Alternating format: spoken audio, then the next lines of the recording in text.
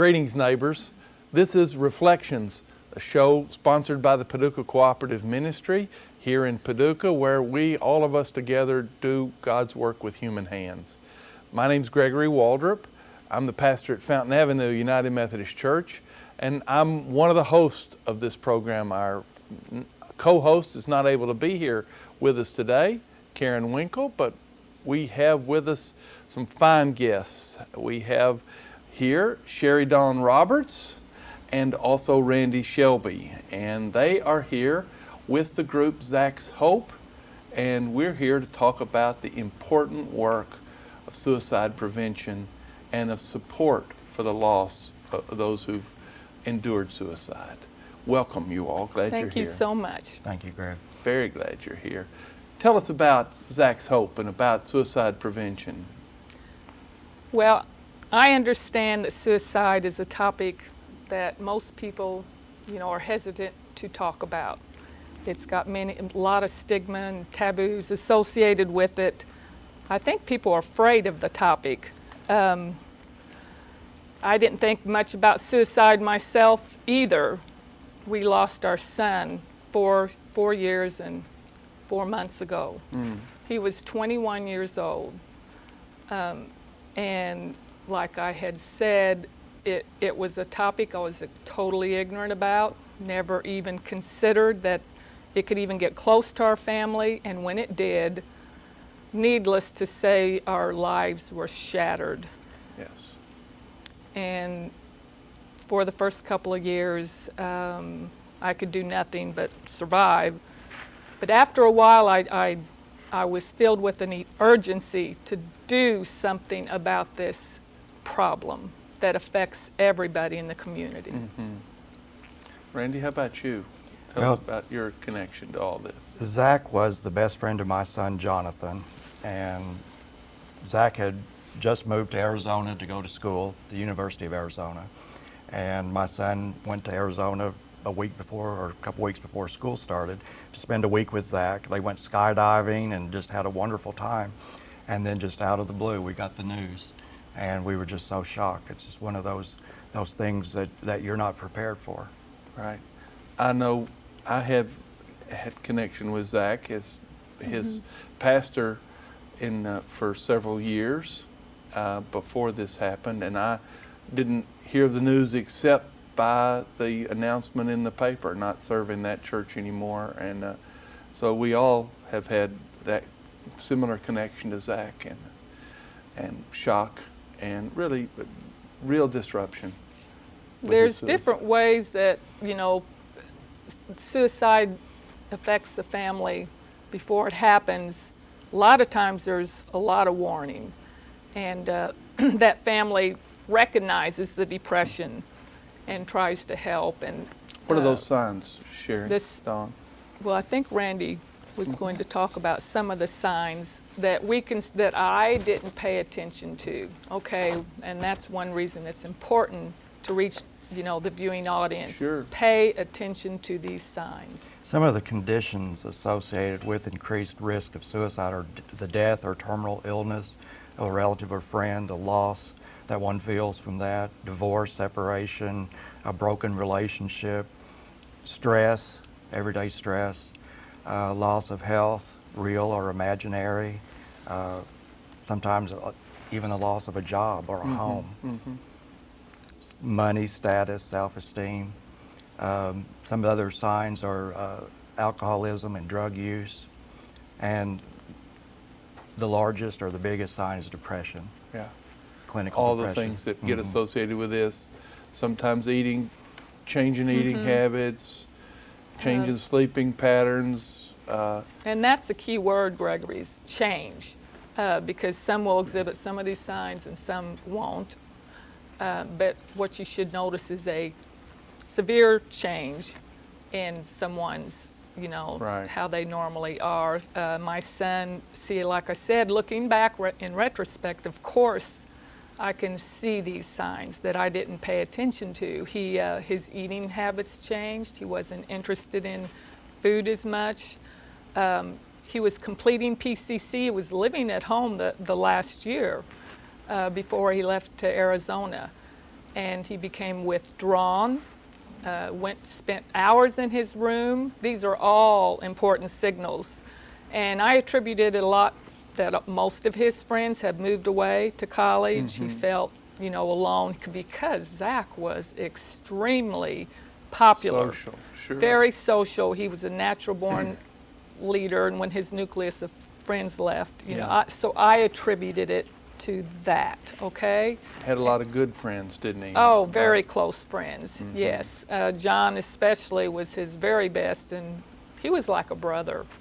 And I remember he and your daughter being And connected, deeply we connected. have 2 children, and I always say have because I still have Zach. Sure. And Daniil, it was an unusual relationship for his siblings because they were soulmates. Yeah. They were so incredibly close all through grade school up. And, a completely normal growing up time, this person, if you saw him out, and I saw him out some and would greet him, that sort of thing, completely normal in his interactions. There's no real obvious, superficial signs anyway. You have to sort of understand intimately the Yes, routines of a person. Zach was the type, he was textbook type of the one who kept it inside. He, in other words, didn't talk about it. We did not realize until after his death how severely depressed he was. And the only reason we know this is because he kept a journal.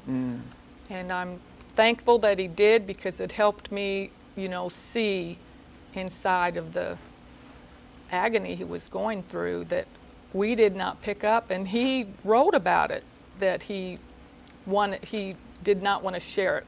That's one of the things we want to change with our prevention program, because the only way to reduce that horrible stigma, that horrible, not people wanting to talk about it, address it, ignore it, push it under the carpet.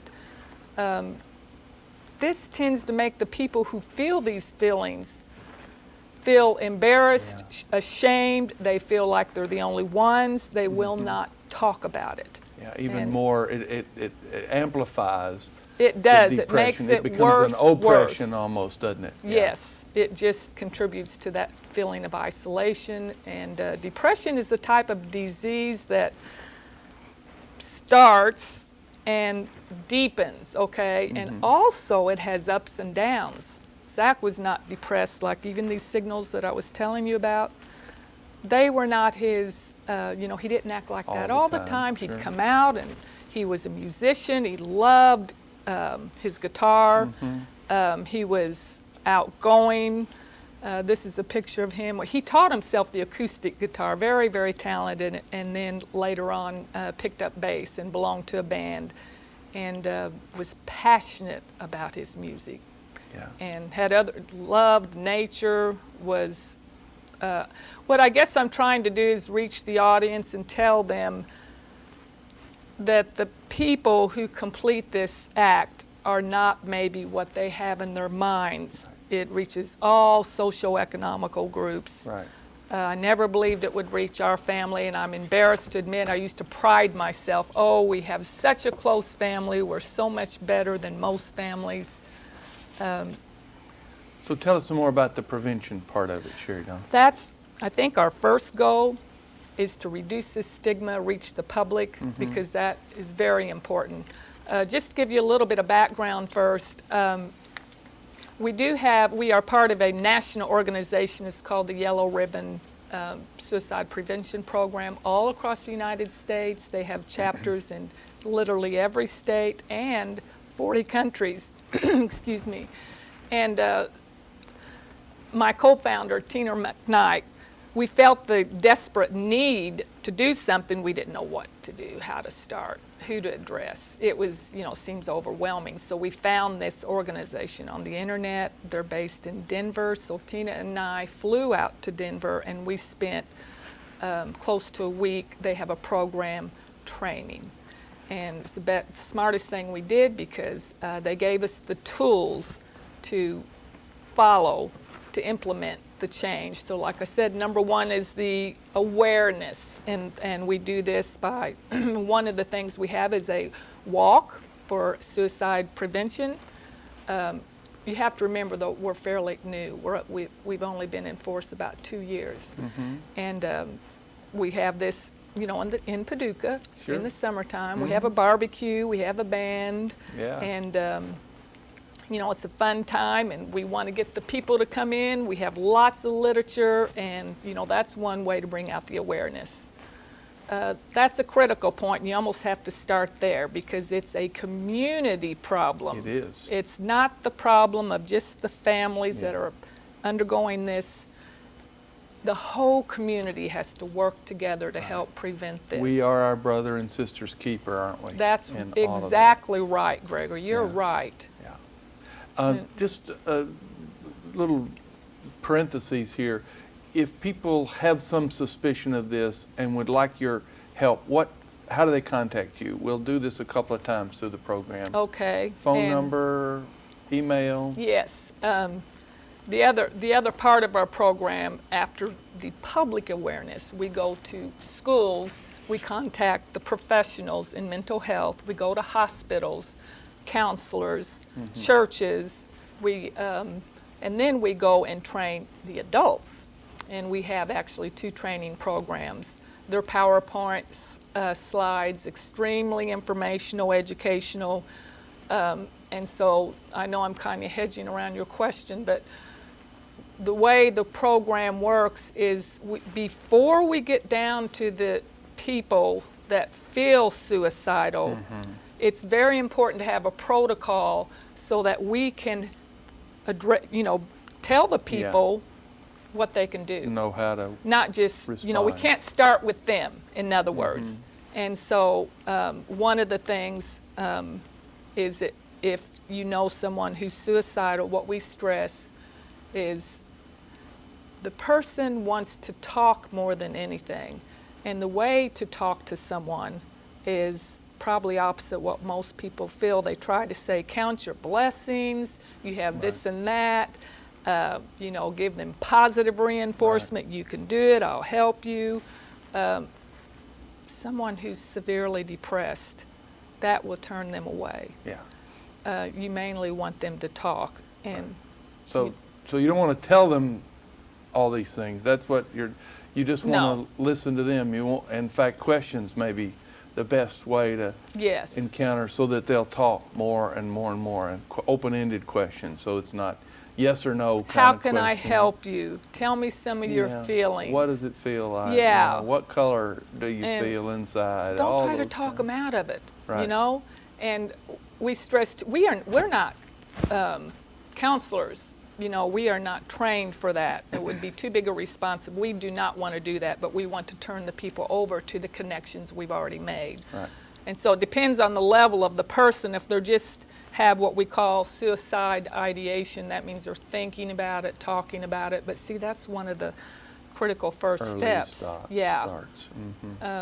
And the more we make people comfortable about talking about, you hear the word suicide and not just, backtrack, but talk about it. Yeah.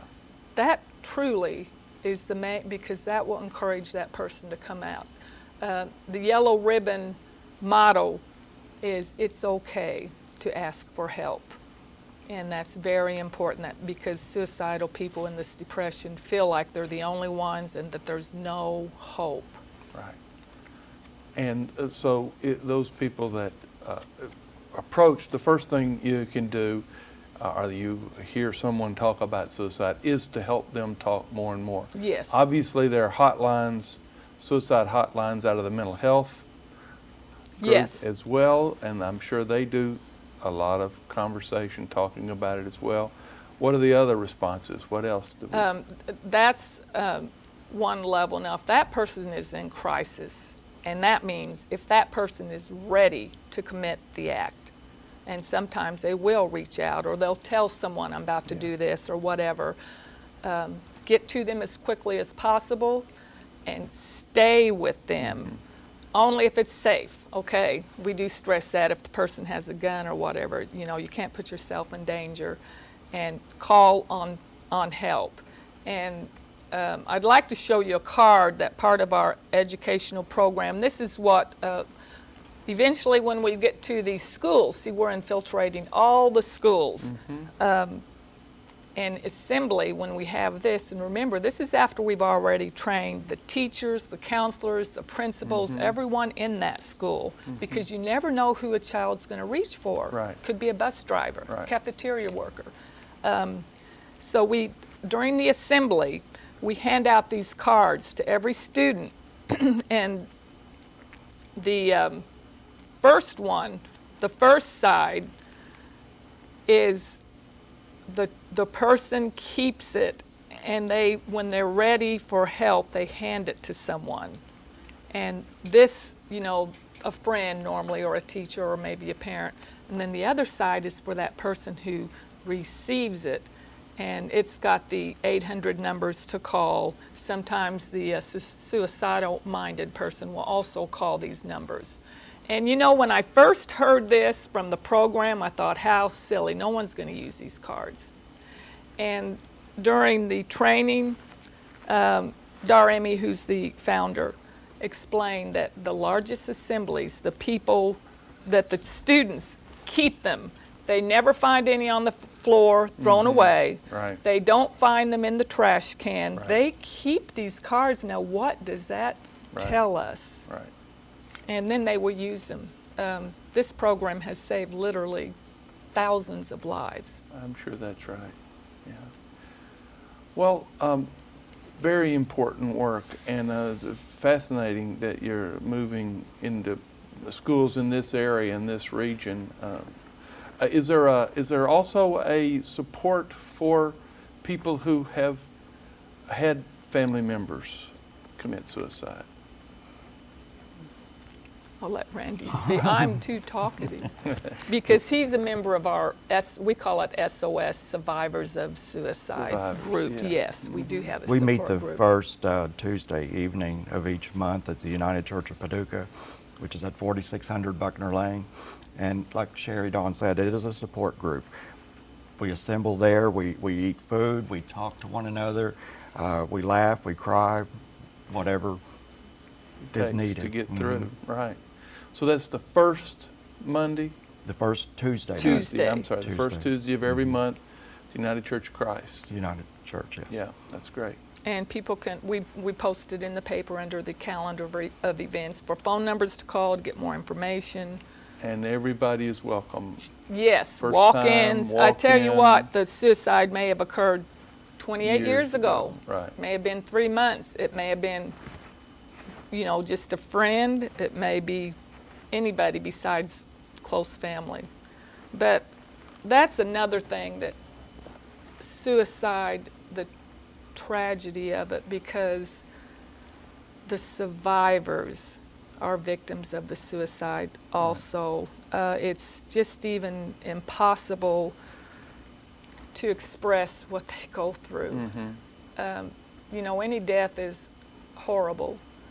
When you lose one so suddenly, unexpected, like, I can compare it also to car accidents or whatever, that adds to the, the anguish. And but by suicide, it's one of the most traumatic.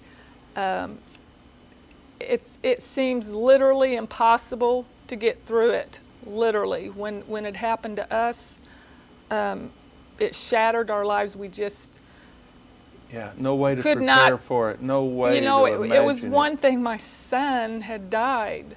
I was trying to absorb that fact.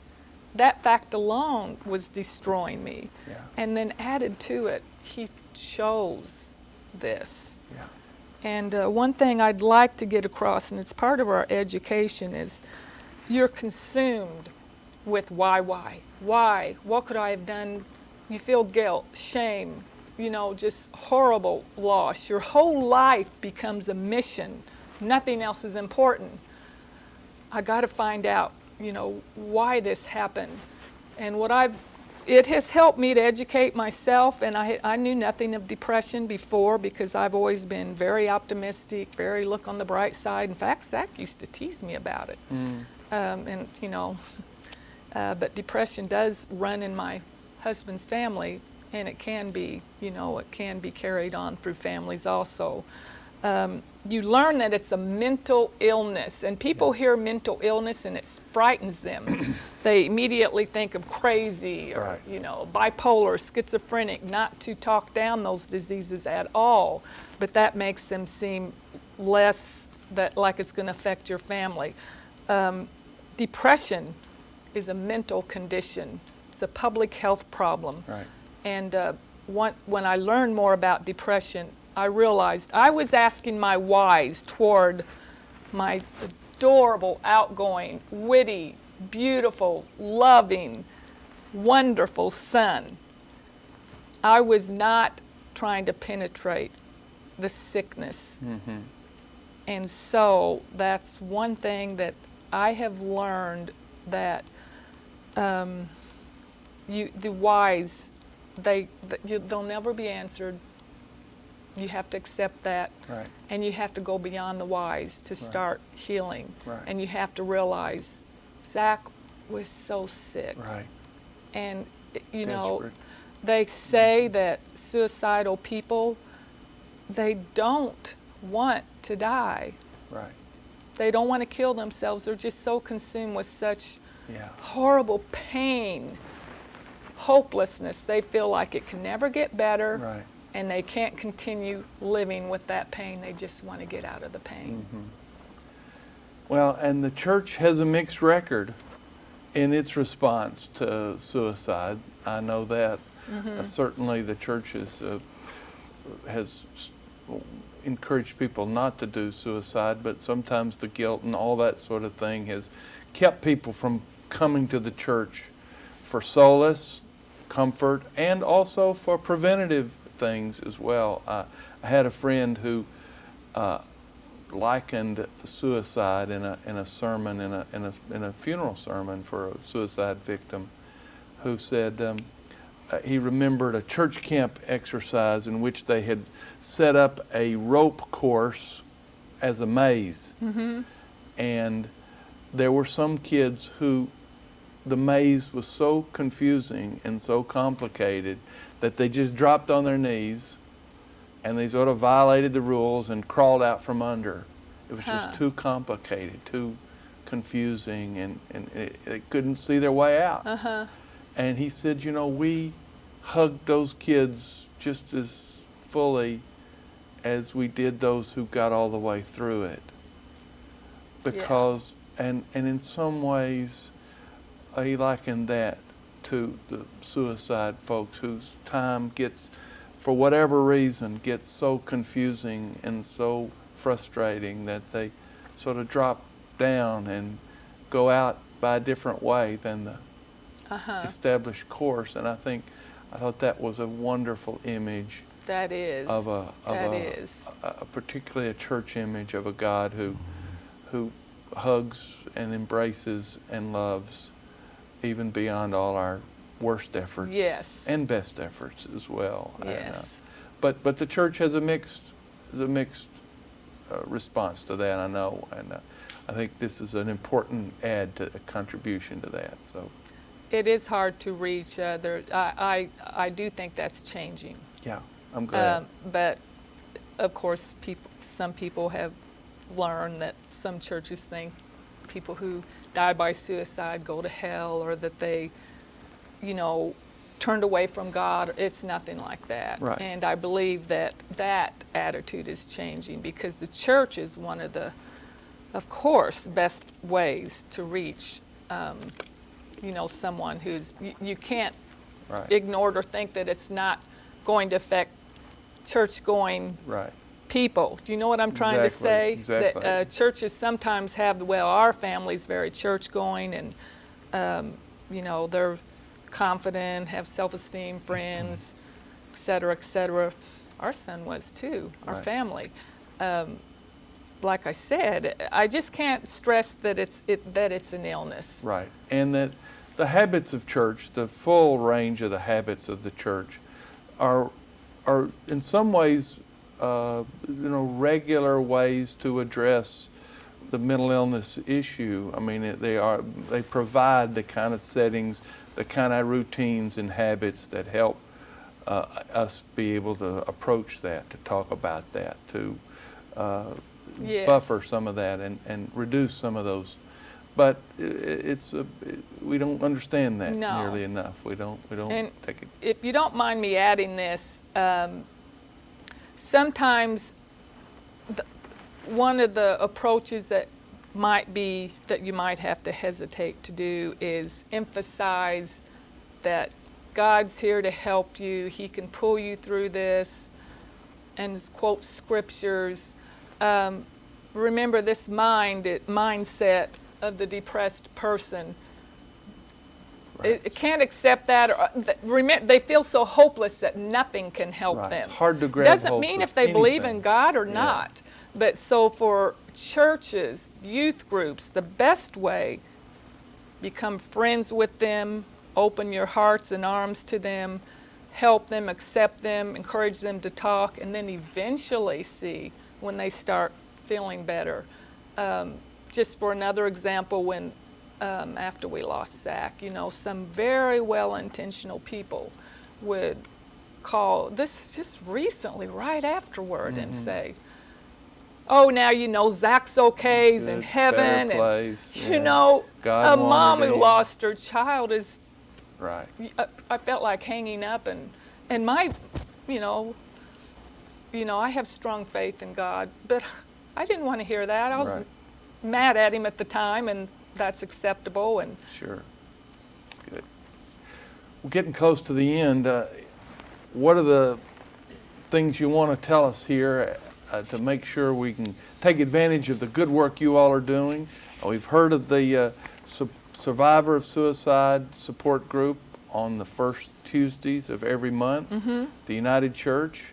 What are the other things you need to tell us? How can we get in touch with you if there are people who want to talk to you ahead of time or before they come to any of these meetings? well, I can certainly give my telephone number. Yeah, what's that? And it is 618-319-0324. And that might be the first step before, approaching the organization itself, because I tell you, it takes a courageous act, especially for a survivor, to. So, the Zach's Hope, what it stands for, the hope is hope Big that our part of it. community will come together and start working together with this problem. The hope for the survivors to reclaim their lives and climb out of this terrible dark hole. And of course, hope for those people who feel like they have no way out of this horrible predicament that they're in. Right. Sharee Dawn Roberts, Randy Shelby, thank you both for the work you're doing within our community, and I hope there are plenty of folks who contact you in response to this. And thank you for being here today and sharing all this with us. Thank you. Thank you all for being here on Reflections, program sponsored by the Paducah Cooperative Ministry, where we, all of us together, do God's work with human hands. We see you the next time. Shalom.